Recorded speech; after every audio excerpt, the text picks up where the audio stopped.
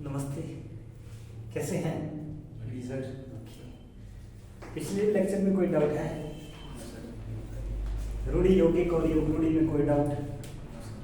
दस्ता चलो आज देखते हैं हम उपसर्ग। ठीक है, आज का हमारा टॉपिक है उपसर्ग।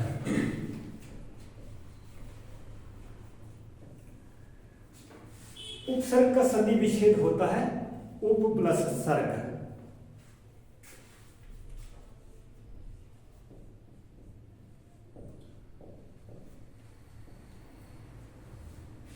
परिभाषा लिखनी है इसकी, लिख लो। उपसर्ग वे शब्दांश उपसर्ग वे शब्दांश होते हैं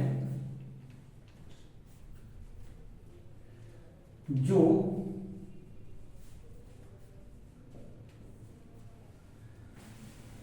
किसी मूल शब्द के आरंभ में जुड़कर उसके अर्थ में विशेषता ला देते हैं।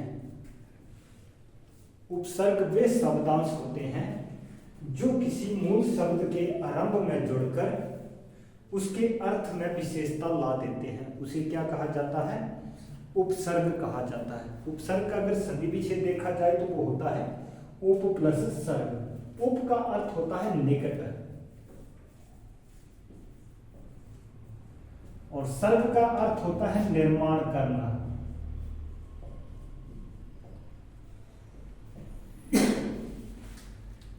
निकट से जो किसी शब्दांश का निर्माण करेगा उसे क्या कहा जाएगा? उपसर्ग कहा जाएगा। ध्यान रखना, उपसर्ग शब्दांश होते ना कि शब्द। शब्दांश मतलब शब्दों का अंश, उन्हें क्या कहा जाता है? उपसर्ग कहा जाता है। उपसर्ग के अगर भेद की बात की जाएगी तो वो होते हैं तीन। क्या होता है उपसर्ग? शब्दांश। और अगर भेद की बात की जाएगी तो वो कितने होते हैं? तीन।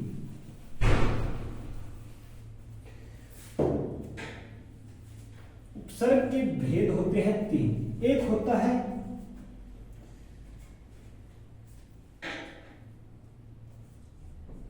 जो हिंदी से बनते हैं वो, एक होता है ये संस्कृत से, हिंदी से बनने वाले और संस्कृत से, और तीसरा होता है ये आगत। संस्कृत, हिंदी और आगत तीन तरह के भेद हैं, इनसे बनता है ये हमारा उपसर्ग। ठीक है,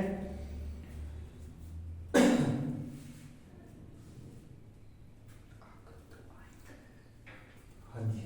चलो सबसे पहले हम देखेंगे संस्कृत में उपसर्गों की संख्या है कितनी। तो वो होते हैं हमारे 22।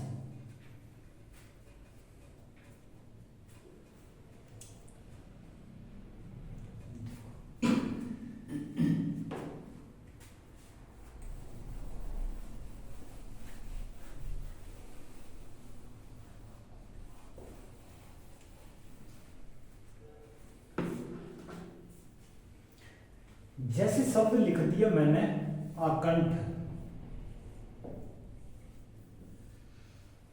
देखो क्वेश्चन किसी भी तरह का हो सकता है कि आकंठ में कौन सा उपसर्ग है, आकंठ में मूल शब्द कौन सा है, पता होना चाहिए कि हमें करना किस तरीके से है। ठीक है, देखो संधि विच्छेद क्या हो गया इसका?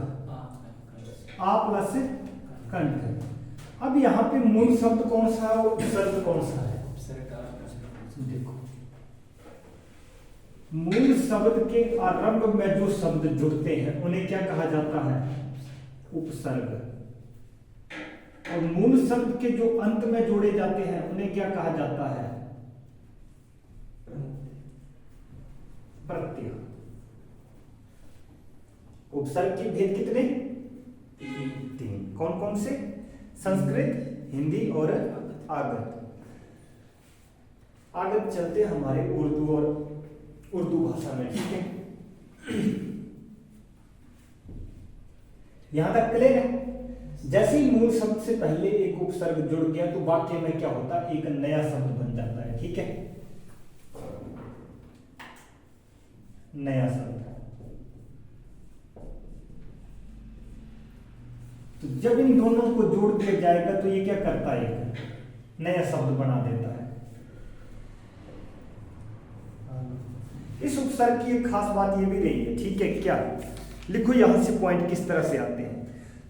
शब्दों के अर्थ में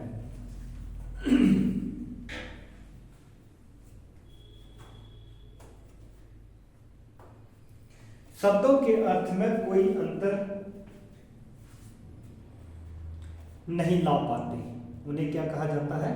उपसर्ग। दूसरा लिखो, शब्द के मूल अर्थ को ये क्या करते हैं? उल्टा कर देते हैं। शब्द के मूल अर्थ को उल्टा कर देते हैं। जैसे ही शब्दांश जुड़ गया तो ये क्या करेगा? शब्दों का जो मूल अर्थ होगा उसका अर्थ ही बदल देता है। तीसरा लिखो, उपसर्ग शब्द के अर्थ में, उपसर्ग शब्द के अर्थ में विशिष्टता ला देता है।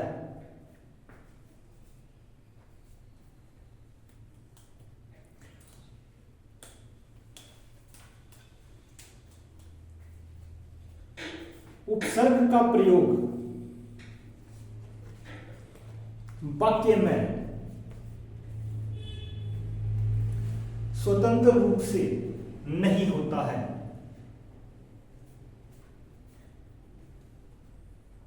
उपसर्ग का प्रयोग वाक्य में स्वतंत्र रूप से नहीं होता है। चलूं आगे। देखो जो हमारे उपसर्ग है संस्कृत भाषा में वो है कितने? 22। ऐसी कोई जादू की छड़ी तो मेरे पास नहीं है कि मैं आपको इनको याद करवा सकूं, लेकिन अगर हो सकता है कोशिश करो तो ज्यादा मुश्किल भी नहीं है। ठीक है, देखो है कौन कौन से संस्कृत भाषा में उपसर्ग। पहला आता है हमारा आ उपसर्ग। इसके साथ इसका अर्थ भी लिख लो। आ उपसर्ग का अर्थ क्या होता है?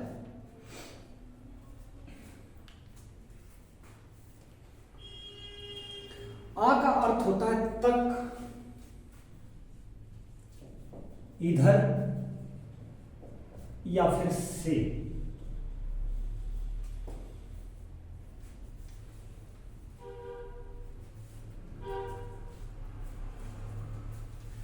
दूसरा उपसर्ग है, अर्थ तो इसका इतना पूछा नहीं जाता कि इसका अर्थ होता क्या है। ठीक है, हमने एग्जाम्पल से देखना, एग्जाम में सीधी बात पूछता है कि भाई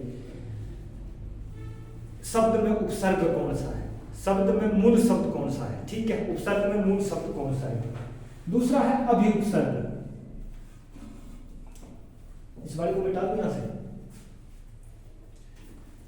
तीसरा है हमारा अनुपसर्ग।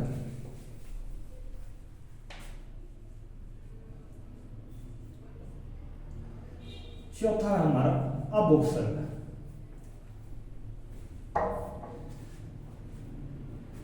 देखो इसको याद करने का तरीका क्या है, ये देखो आ, भी, अनु और अब एक नया शब्द बना देते। देखो आ, भी, नुब,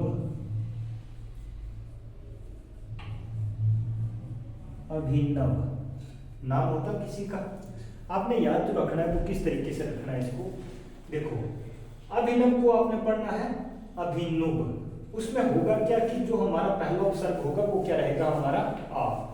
दूसरे बारे में क्या करना है आपने कि इस मात्रा को हटा देना और उसके साथ देखो एक और उपसर्ग बन गया हमारा अभी। जैसे ही हम तीसरे उपसर्ग पे आएंगे तो इस वाले को मिटा दो, इसमें एक शब्द जोड़ दो अनु, उसके साथ ही चौथा है हमारा अब उपसर्ग। क्लियर है यहां तक? यस। चलो आगे। आ, अभी, अनु और अब कितने उपसर्ग हो गए हमारे लिए? 4।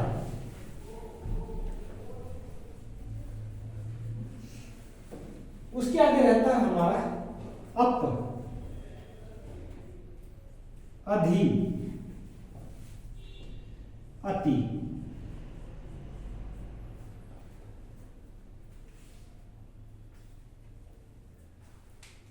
अप, अधि और अति उपसर्ग। अब इसमें देखो हो क्या रहा है, पहले देखा था हमने अभिनव, अब आता है हमारा ये देखो पद्धति, हिंदी में एक शब्द हमारा इस तरह से भी रहता है, पद्धति, है ना। आपने इस चीज को पढ़ना, पद्धति, अप उपसर्ग, अधि उपसर्ग और अति उपसर्ग। यहां तक कोई डाउट है? कितने हो गए? 7। अभिनव पद्धति, उत और उप।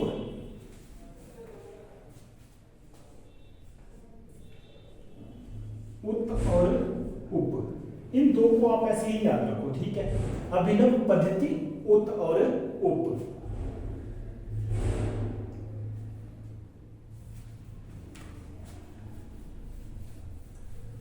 उसके बाद आते हैं हमारे सम उपसर्ग, सम और सु। ये भी आपको ऐसे ही याद रखने पड़ेंगे। अभिनव पद्धति, उत, उप, सम और सु। अगला देखो नि उपसर्ग, नी, निर और निस। इसमें देखो हो क्या है, नी, र और स, नी, र और स। देखो पहले इसमें कौन सा? नि उपसर्ग, फिर जुड़ गया कौन सा? निर उपसर्ग, और जैसे ही हमने र को हटा दिया तो कौन सा बच गया हमारे पास? निस, नीरस, जिसमें की रस ना हो, है ना। इसके बाद आते हैं हमारे दुस और दुर।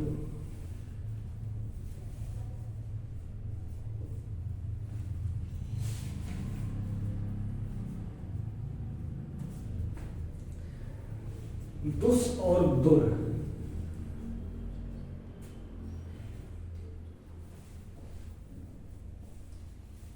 इसके बाद आता है हमारा प्रोपसर्ग, प्रतिउपसर्ग, पराउपसर्ग और परिउपसर्ग।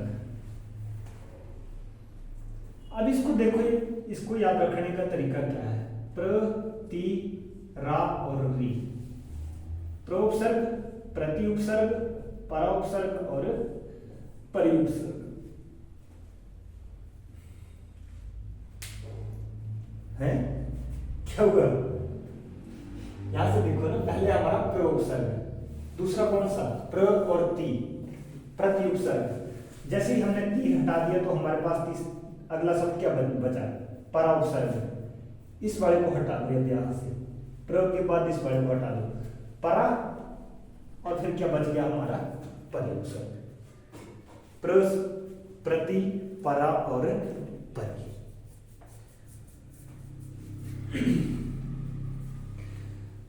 अगला उपसर्ग है हमारा उद और बी। गिन के देख लो, हो गए हैं 22 हो गए हैं। 1 2 3 4 5 6 7 8 और 9। ये आ गया 10 11 12 13 14 15 और 16 17 18 19 20 21 और 22। कोशिश पहले ये करो कि जो हमारे पहले 9 है उनको देखो एक बार, है ना। अभिनव पद्धति, उत और उप। उसके बाद सम सुअ को याद ऐसे याद रखने पड़ेंगे। फिर उसके बाद क्या था?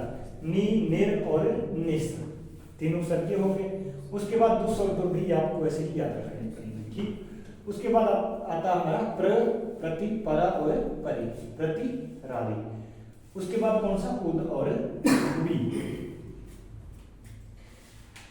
देखो इसमें जो एग्जाम्पल रहेंगे वहां से आपने एक काम तो करना है, संधि, क्योंकि संधि के बिना क्या होता है? उपसर्ग पॉसिबल नहीं होता है, ठीक है। और जब उपसर्ग किसी मूल शब्द के साथ जुड़ जाता है तो वाक्य में क्या करता है? वो एक नए शब्द का निर्माण कर देता है, और उस नए शब्द में ये क्या करता है? उस शब्द में विशेषता ला देता है, ठीक है। अर्थ इसका कभी पूछा नहीं गया, इतना ज्यादा पूछते भी नहीं है। एग्जामिनर से इतना ही पूछता है कि भाई बताओ अकंठ में कौन सा उपसर्ग है। बस जैसे ही संधि विच्छेद हो गया तो समझो कि हमारा उपसर्ग निकल आता है खुद ही, ठीक है। उसके लिए आपको संधि बढ़िया तरीके से करनी पड़ेगी। तो लिखो पहला एग्जाम्पल हमारा, कोई डाउट है? अच्छा, आगमन। आ उपसर्ग से एग्जाम्पल में लिखो आगमन। संधि आप इसका खुद ही करोगे, एग्जामिनर आपसे ये नहीं पूछेगा कि हाँ इसका संधि विच्छेद करके मैं देता हूं, है ना। देखो आगमन में कौन सा उपसर्ग है? तो जैसे ही हमने इसका संधि विच्छेद कर दिया आ प्लस गमन, गमन होता है जाना, है ना। तो इस गमन में जैसे ही हमने देख लिया कि आ प्लस गमन, मूल शब्द से जो पहले शुरू में शब्दांश जोड़ा गया था, क्या जोड़ा गया था? शब्दांश, शब्दों का अंश। कई बार एग्जाम में सीधा पूछ लेता है कि उपसर्ग क्या होते हैं, वर्ण है, शब्द है, वाक्य है, या फिर शब्दांश है। तो जहां पे जो ज्यादा हाई लेवल वाले होते हैं ना, आईक्यू वाले, वो उसको शब्द ही बोल देते हैं और शब्द पे टिक कर देते हैं कि ये लो जी शब्द है ये, लेकिन ये शब्द ना होके शब्दों का अंश होते हैं, ठीक है, जिनको क्या कहा जाता है? शब्दांश कहा जाता है, ठीक है।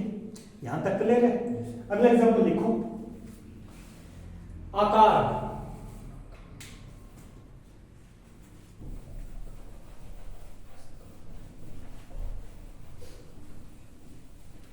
क्वेश्चन किसी भी तरह का हो सकता है, वो आपके ऊपर डिपेंड करता है कि आपने किस तरीके से सोचना है। कार एक मूल शब्द है, इसमें कौन से उपसर्ग का प्रयोग होगा? और जब उपसर्ग किसी चीज के साथ जुड़ता है तो वो क्या करता है? एक नए शब्द में विशेषता ला देता है, ठीक है। देखो उपसर्ग के अकॉर्डिंग मैं आपको यही देता हूं 4 ऑप्शन, ऑप्शन ए, बी, सी और डी। बनाओ वाला इसके साथ एक नया शब्द, आकार। आकार, अधिकार कोई शब्द होता है? होगा पर देखा नहीं होगा इतना ना। अनुकार नहीं होता, अवकार। तो इस तरीके से जोड़ना उसको। कार एक मूल शब्द है, उसमें कौन सा उपसर्ग है? एग्जामिनर कंफ्यूज करता है इस चीज में। और कई लोग क्या करते हैं कि मान लो मैंने ऑप्शन दे रखे हैं आपको, option A, option B, option C और ऑप्शन डी, ऐसे करके, और वहां से क्या करते हैं वो कि इसी चीज को क्या करते हैं कि का प्लस कर देते हैं, लेकिन हमारा वो शब्द गलत हो जाता है, ठीक है। और जैसे ही मूल शब्द से अगर प्रारंभ में कोई चीज होती है तो वाक्य में एक नया शब्द भी बनता है, ठीक है। अब इसमें से कोई ऑप्शन लगा के देखो, ये तो हो नहीं सकता, क्यों? क्योंकि कार एक मूल शब्द है और मूल शब्द से अगर पहले कोई चीज जोड़ी जाती है वही उपसर्ग कहलाई जाती है। अब इसमें देख लो, आ प्लस कार, एक नया शब्द बना कि नहीं बना? कौन सा बन गया? आकार। क्लियर है? यहां तक क्वेश्चन किसी भी तरह का हो सकता है। आकार में कौन सा उपसर्ग है? एक, कार एक मूल शब्द है, उसमें कौन सा उपसर्ग है? 2। तो वो आपके ऊपर डिपेंड करता है कि आपकी प्रैक्टिस किस तरह की है, ठीक है। एग्जांपल लिखो, अजीवज। इस उपसर्ग की जरूरत हमें तब पड़ेगी जब हम समास पढ़ेंगे तब। आजन्म, संधि विच्छेद आपने खुद ही करना है इसका, और आपके लिए काम रहा कि इन शब्दों का आप संधि विच्छेद भी करोगे।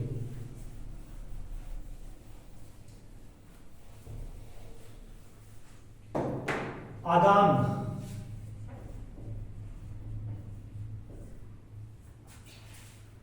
अगले पे आ जाओ। अगला लिखो अभी से, अभिनव।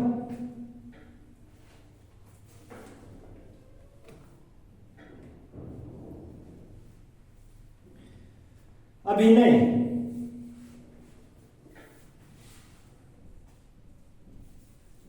अभिलाषा,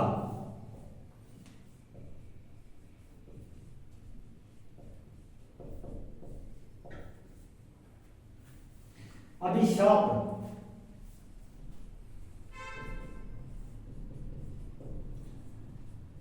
अभीष्ट। कर बोला अभीष्ट का संधि विच्छेद, अभि प्लस इष्ट। उपसर्ग कौन सा इसमें?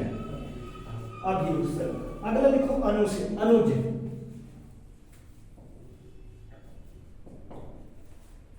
अनुचर,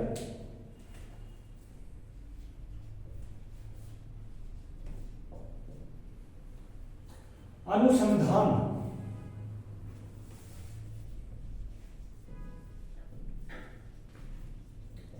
अनुकरण,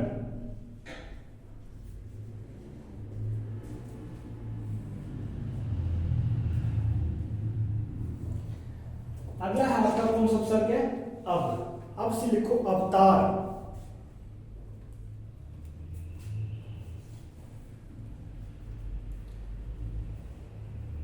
अवसाद,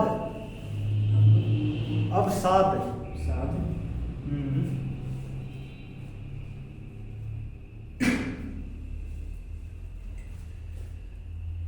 अवकाश,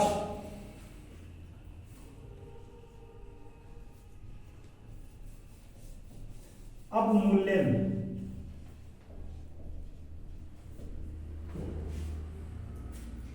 अगला लिखो अब उपसर्ग से अपयश,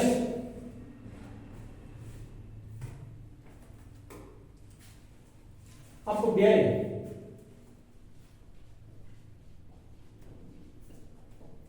अपकीर्ति,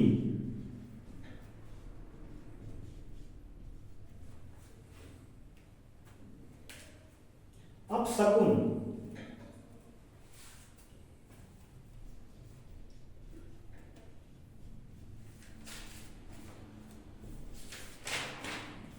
ज्यादा एग्जाम्पल नहीं लिख पाऊंगा, दो दो तीन तीन एग्जाम्पल ही रहेंगे इसमें, ठीक है। अगला लिखो अधिउपसर्ग, अधिनायक,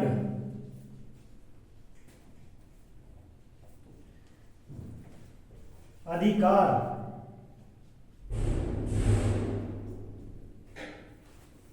अधिकांश, अधिकांश,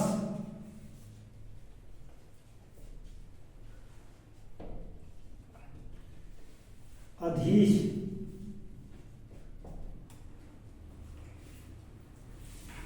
अगला आपका अति उपसर्ग, अति से लिखो अतिरिक्त, अरे स्पीड बढ़ाओ, अत्यंत,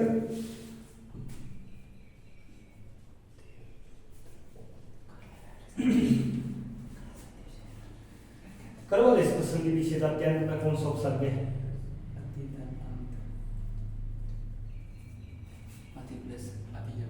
अति प्लस अंत, अंत लागू गया, इसीलिए मैंने बोला था कि आपको संधि विच्छेद इसका बहुत जरूरी है करने को। एल अंत, अब अनुस्वार ने अपना रूप किस में लिया? न में लेता है ना, क्यों लेता है वो हमने बताया था कि क्यों आता है इसमें। आगे देखो अत्याधुनिक,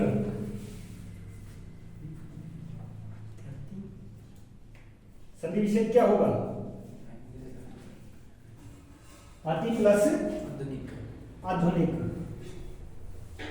यहां से मैक्सिमम क्वेश्चन देखने को मिल जाते हैं। अगर संधि विच्छेद पता नहीं होगा तो हम इसका उपसर्ग नहीं ढूंढ सकते हैं, ठीक है। इसीलिए संधि हर चीज में जरूरी थी। अतिक्रमण,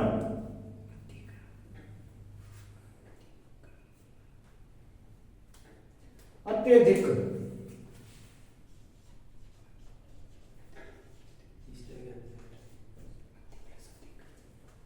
अगला है उपसर्ग से। व्यंजन संधि में हमने एक चीज देखी थी कि जहां पे हमारे दो पंचमाक्षर एक साथ हो, जैसे डबल न है ना, डबल च, वर्गाक्षर, वहां भी वो अपना आधा जो रूप था वो किस में चेंज हो जाता था? अरे जैसे ये देखो ना, उज्ज्वल, उज्ज्वल में कौन सा उपसर्ग है? उत, क्योंकि हमारा व्यंजन संधि का नियम क्या था? जो था वो पहला किस में चेंज हो जाता था? त में। उत प्लस ज्वल। इन शब्दों की एक खास बात और भी है, ये जब भी प्रयोग में होते हैं तो ये अपना रूप तत्सम में लेते हैं। और एक पेपर में पूछा हुआ क्वेश्चन है कि उज्ज्वल कैसा शब्द है। अब ये बना है उत प्लस ज्वल से, है ना। तो उत उपसर्ग हमारा किस भाषा में है? संस्कृत में। तो कौन सा शब्द हो गया ये? तत्सम शब्द। उज्ज्वल, उन्नयन,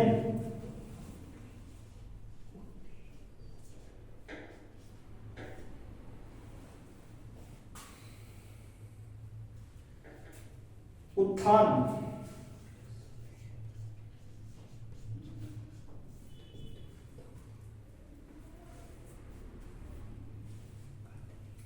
अगला है उप उपसर्ग से। देखो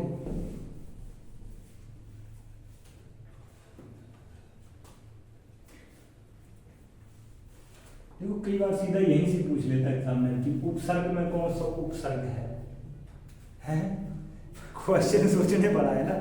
उपसर्ग में कौन सा उपसर्ग है, तो कौन सा होगा उप।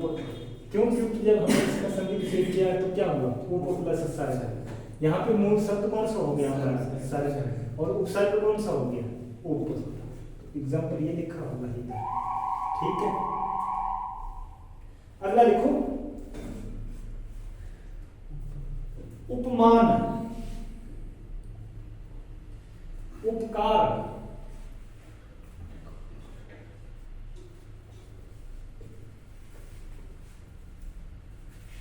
उपसंहार,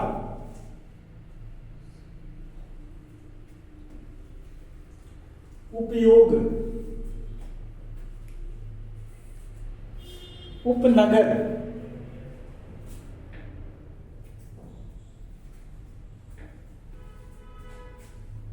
उपकृत,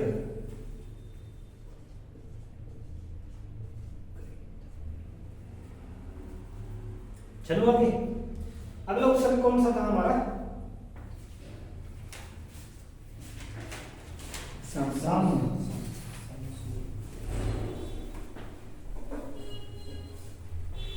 सम उपसर्ग से लिखो,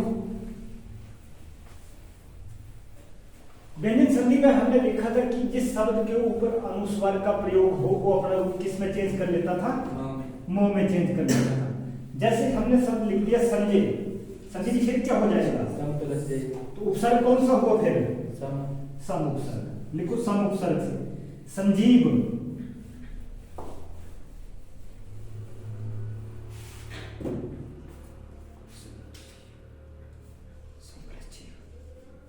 सम से संजीव, संदीप, संतोष, ये तो मुंह में चला गया, ठीक है। सम प्लस तोष। व्यंजन संधि में हमने देखा था एग्जाम्पल को भी, जहां अनुस्वार का प्रयोग होगा वो किस में ले लेती थी अपना रूप, म में ले लेती थी, और बाकी क्या क्या होता था वैसा का वैसा ही रहता था। और तो लिखने की जरूरत तो नहीं है। एक और लिख लो, संशोधन, करो बोला संधि विच्छेद, सम प्लस शोधन। अगला सु उपसर्ग, सु से लिखो सुलभ,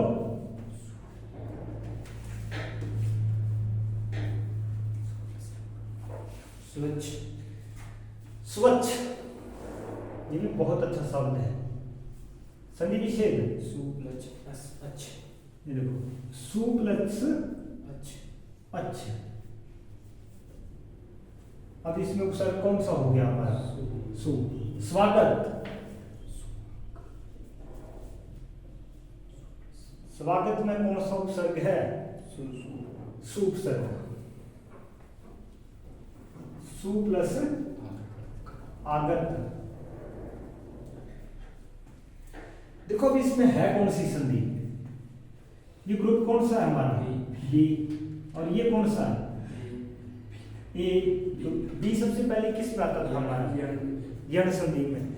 इसमें यण संधि में एक खास बात हमारी ये भी रहती है कि जहां पे क्या हो हमारा, य, र, ल और वो अंतस्थ वर्णों में, ठीक है।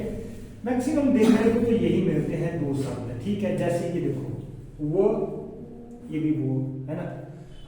एक और दे देता हूं मैं, अंत्योदय, करो बोले इसका संधि विच्छेद,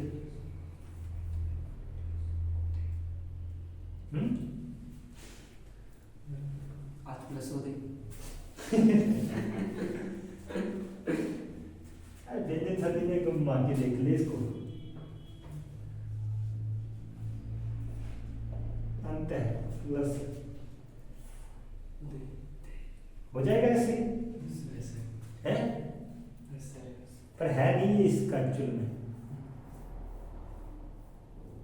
किसका तो है, अंत प्लस उदय है, तो काम है। बहुत हाँ, पकड़े गए आज, कहाँ पकड़े गए, कर वाला अंत्योदय का।